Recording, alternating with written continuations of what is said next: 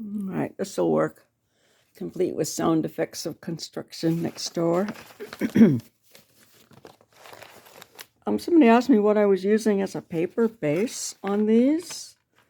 This is one of my favorite paper bases. It's an insert that comes in different languages. And it's white paper. And I don't know, it depends, I guess, on your state as to how many languages are going to be printed out, how many languages are spoken in your state.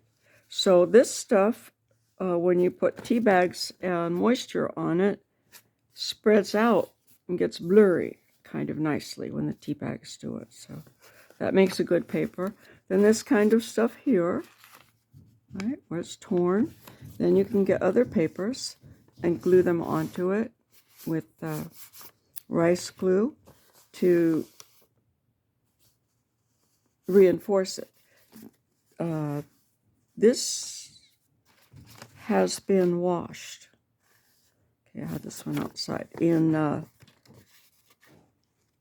a baking soda bath and then dried to kind of protect the paper a little from whatever I've done to it. So, yeah, so someone asked me what kind of papers I was using as a base. Now, last week we were working with India ink, last week and the week before, out on the patio. And I left out there some peanut butter filled pretzel nuggets. And in the middle of the night, I heard something out there, and I turned on the light, and I saw the possum on the table, who looked at me and went, "Oh no," and ran away and kicked a whole bunch of stuff over. One of them a small Coca-Cola glass. I still have to sweep that up. The India ink was all over the table. I have good news to report, which is that even though after I sopped it up, it was dried there on the something like a Formica top table, it came up with water. The bottle of India ink that I bought recently, I don't know if I put a video up or if it's just on Instagram. Anyway, the bottle of India ink that I bought recently is really the real deal. I was a little bit worried that it might have just a touch of acrylic in it after I dealt with all of this. But when I cleaned it up, it is water soluble, but it dries. You can loosen it up in water, but it doesn't. If you put water over it like this, it's not going to bleed into the water. It's set. So this is a paper. I stuck that on there. I have some little scraps around from gold leafing something, so I'm just sticking these on as I go. This is a paper from one of the sheets that's in between all the sheets of gold leaf. And it was out there on the patio, and I just slapped it right down on the India ink that was on the table. I was shocked. And I kept cleaning it up with papers that I had. I think I ran inside to get these once I got the first one. This one has not been bathed. It was just one that was there, but these have been, I think.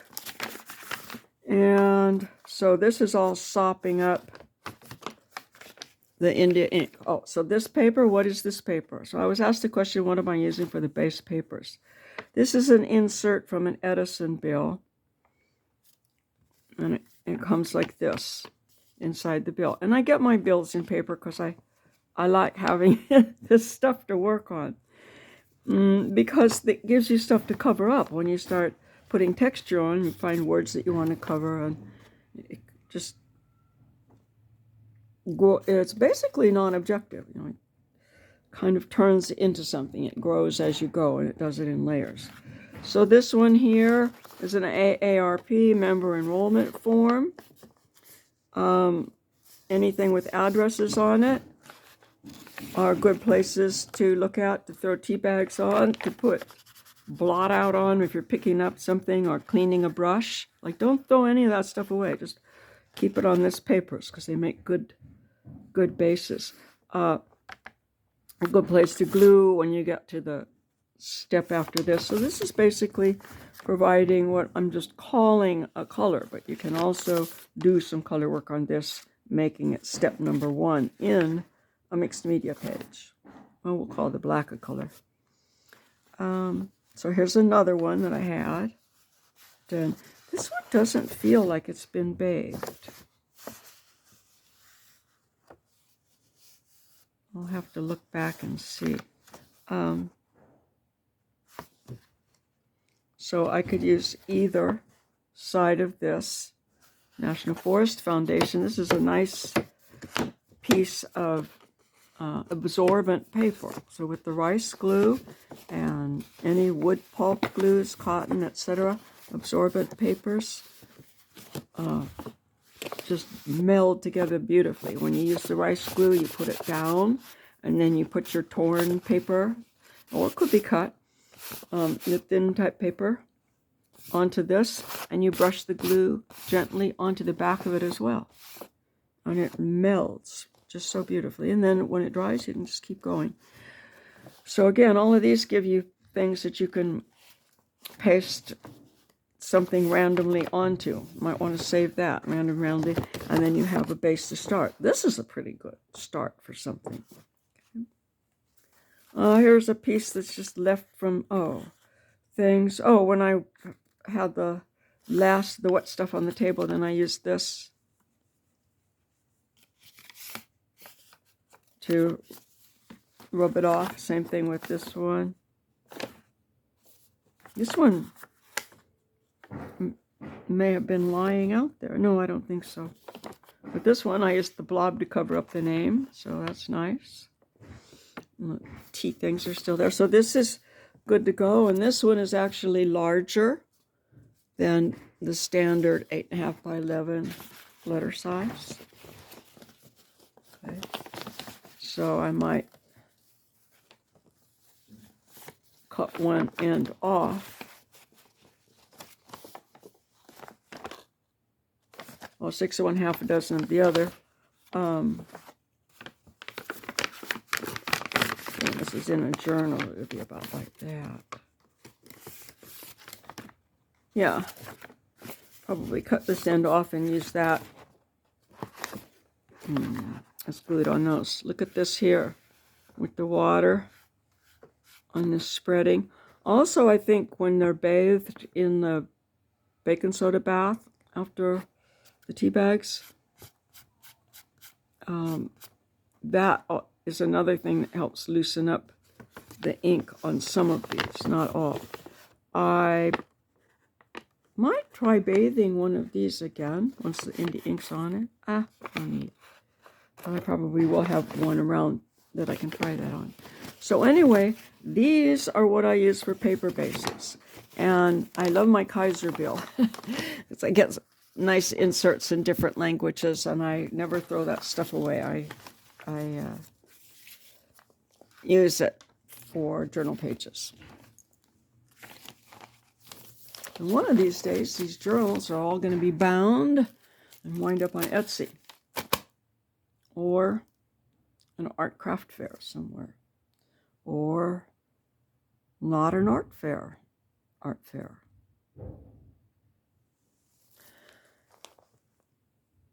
This is an answer to a question. It's pretty long. There's another video that does have this in that's a little bit more concise and logical, but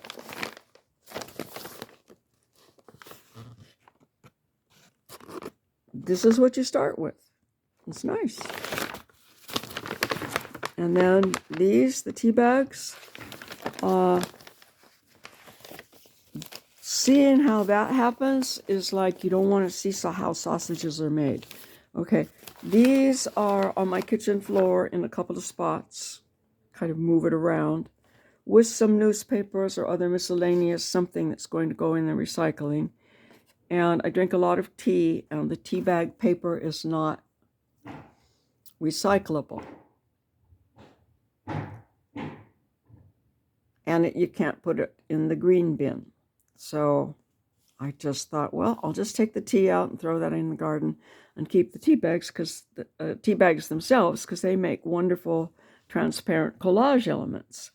And in the meantime, I take the tea bag when it comes out of the pot and the pot's empty. I just drop the tea bags on the floor and let them land where they land. I try to aim them too, and let them dry all day or overnight. And then they leave a variety of different marks depending on the weather and depending on the paper. And speaking of paper, none of this is slick magazine paper or advertising paper, like postcard paper. None of this is. If you want to glue something down that's like a postcard or a puzzle piece, something like that, a thicker thing that has a picture on the front, the back of it's going to be too slick to glue to the rice paper.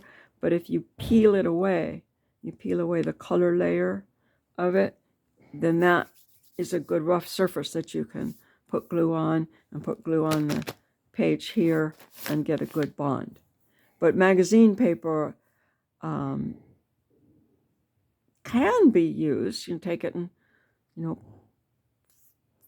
throw it in the dishes or something. You need to really damage it a bit to break up the paint or the ink that's on it. I found that even with the newspapers doing the paper mache bracelets, I had trouble with things that were solid black, because I think it's probably soy ink, but it's an oil-based ink, and a water-based glue won't stick to it. So my paper mache was having problems. It took me a while to figure that out. And that's on one of the videos of making paper mache bracelets that's I have posted here. Those also went on hiatus in May after my husband died. I've just been in a state of shock for a while. And I think maybe this is the first time I've mentioned it. I just mentioned I had a personal emergency. So, thank you for watching. Oh, this is it. I'm pooped today. I walked a long way yesterday. I took one art piece down to Shockbox for the show Kitschy Kitschy, or Here Kitschy Kitschy, that is opening Saturday night at 6 with a Zoom meet Friday night at 6 on 6th and Cypress in Hermosa Beach. And then I walked from there down to Manhattan Beach to Gallery 208, which is at 208 Manhattan Beach Boulevard, to drop off a drawing